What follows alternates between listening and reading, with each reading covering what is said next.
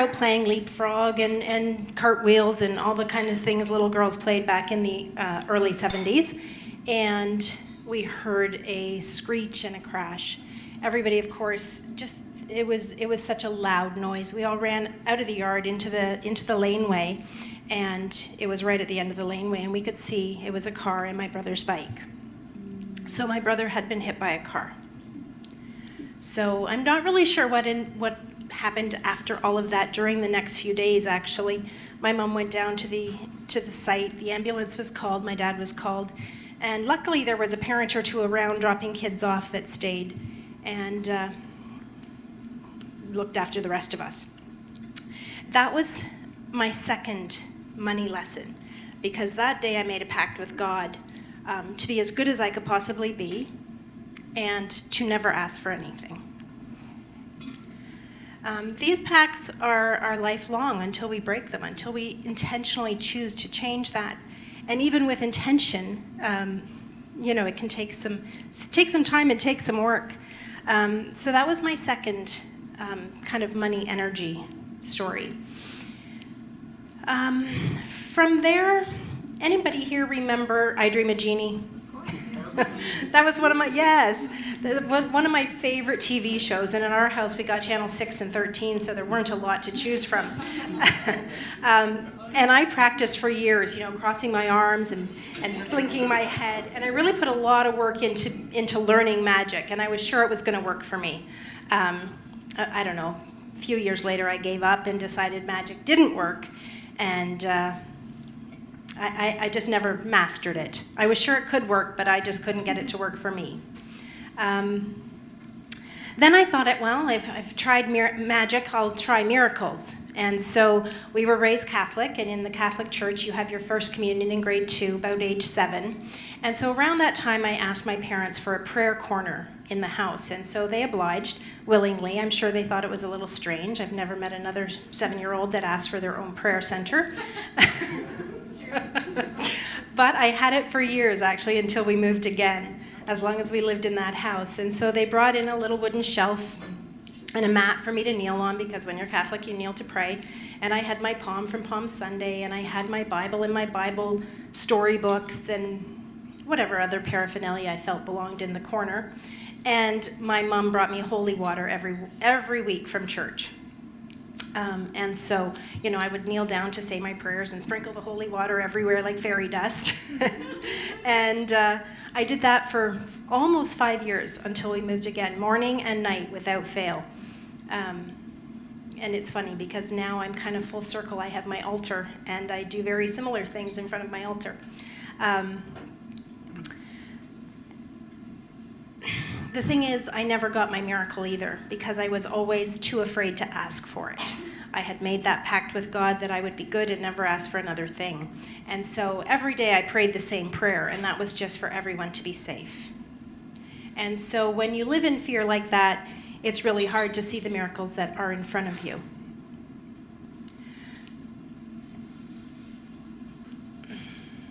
Sorry.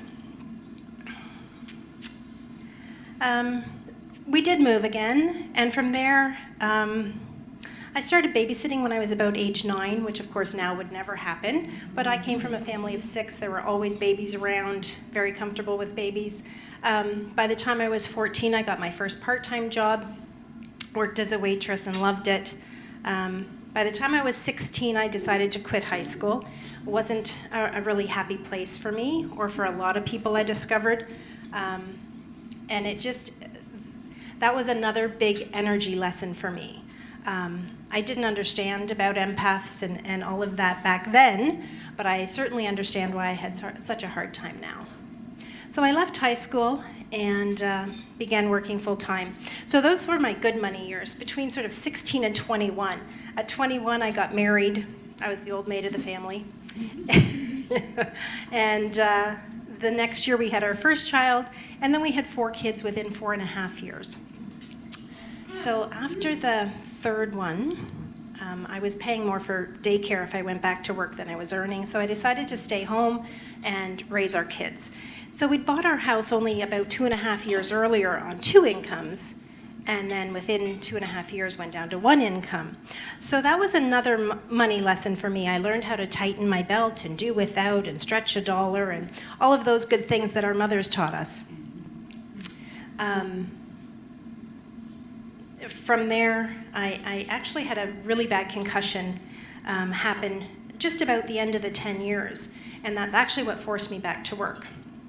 I had been up painting my big bow window, was all done painting, coming down for the day, and the ladder tipped, and silly, I did have the ladder in the flower bed in the dirt, and as I came down, it tipped over, and I broke all of my ribs on the raised cement flower bed and hit my head on the cement sidewalk below. I'd lost all of my short-term memory for over 3 years. But it was such a gift because it created a whole different life. You can't be mad at somebody when you can't remember why you're mad. Yeah, it really, really did good things for our marriage. So I decided if I got a job, I would have to remember things because you can't work if you can't remember things. And so I just assumed if I went back to work, all would be well. And luckily, with that intention, that pretty much happened. It took some time, but the hardest part of that whole thing was remembering each morning I had to go to work. And so I would put the kids on the bus, and their little job would be to say, go back in and get your purse and your keys and then go to work. Because if I stopped between A and B, I would get lost and forget to go.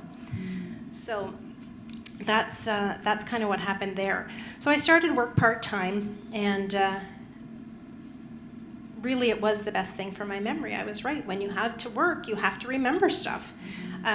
And so about a year later, I was offered another part-time job, and I thought, things are going pretty well. I'll do that. Kids are getting bigger. We could use the extra money. And so I started working for a staffing agency, and I spent about 14 years there. And by the time I left, April 28th of 2015, I had done every job within the entire company with the exception of sales. And I had done sales, I just hadn't been the sales director. And so by the time I left the company, I was director of operations and was running the company responsible for 12 offices and 50 staff. Not bad for a serious concussion. Yeah. However, the job was killing me, but I was too stubborn to recognize that. Coworkers were telling me, my family was telling me. I dropped down to about 120 pounds. I had a rash from my waist to my ankles. I'd lost big chunks of hair out of the back of my head, a little bit on the top, and I was assuring everybody, mostly myself, that when things settled down, I'd be fine. I just needed some time to get the groove of this new position, and everything would be fine. Luckily, the universe did have my back, and April, the day before I was downsized, I sat in the van by myself after hanging up with the owner and said, how much more of this can I take? And the next day I was downsized. A lot of people thought I should be angry, but it just came as such a sigh of relief that I was just so grateful. And that day changed my life. And so I went on a bit of a journey since then to find money, magic, and miracles all over again. And so I hired a coach and did some personal coaching. I loved it so much I became a coach. I've been coaching ever since and just love it. And what I've realized is everything that I knew innately as a kid, that life should be better, that money should be easy, that I should have been born rich because that's the life I really want to have. Everything I knew as a kid, and people said that that's not how it goes, or there was no support for that, or you were thought to be silly. Those are all the things that I now do as a grown-up. And it makes such a world of difference in my life. I now work from home. I have complete flexibility. I get to spend all the time in the world I want to with my 2 grandbabies. My husband is still working, but the goal is for him to retire within the next 2 years and be able to spend as much time as he wants with the grandbabies too. We've started traveling. We'd never traveled at all together until we hit 25 years of marriage. And when we found Money, Magic, and Miracles, it really did change things, not only for me, but for him and for our kids. And my biggest hope is that is that they grow up with a totally different mindset, and they understand money, magic, and miracles are real right from the get-go. Thank you.